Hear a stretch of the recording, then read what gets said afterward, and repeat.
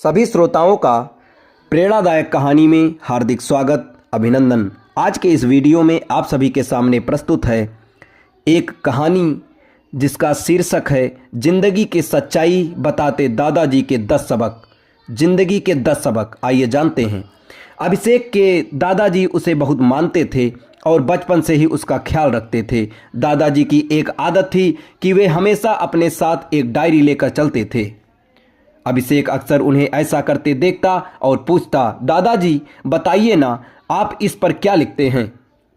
दादाजी के 10 सबक।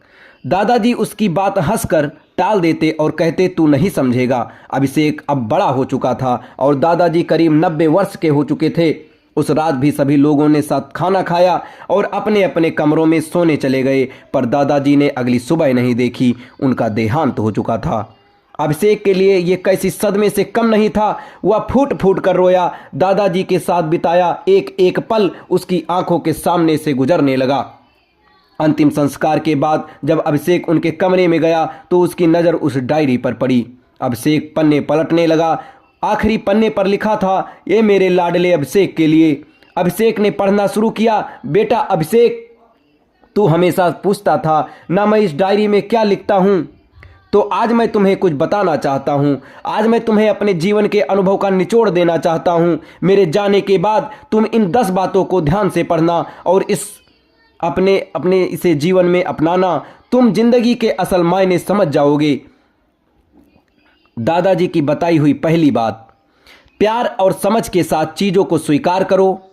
इससे मतलब नहीं है कि तुम कहाँ हो या क्या कर रहे हो। हमेशा यकीन रखो कि सुरंग के अंत में प्रकाश होगा।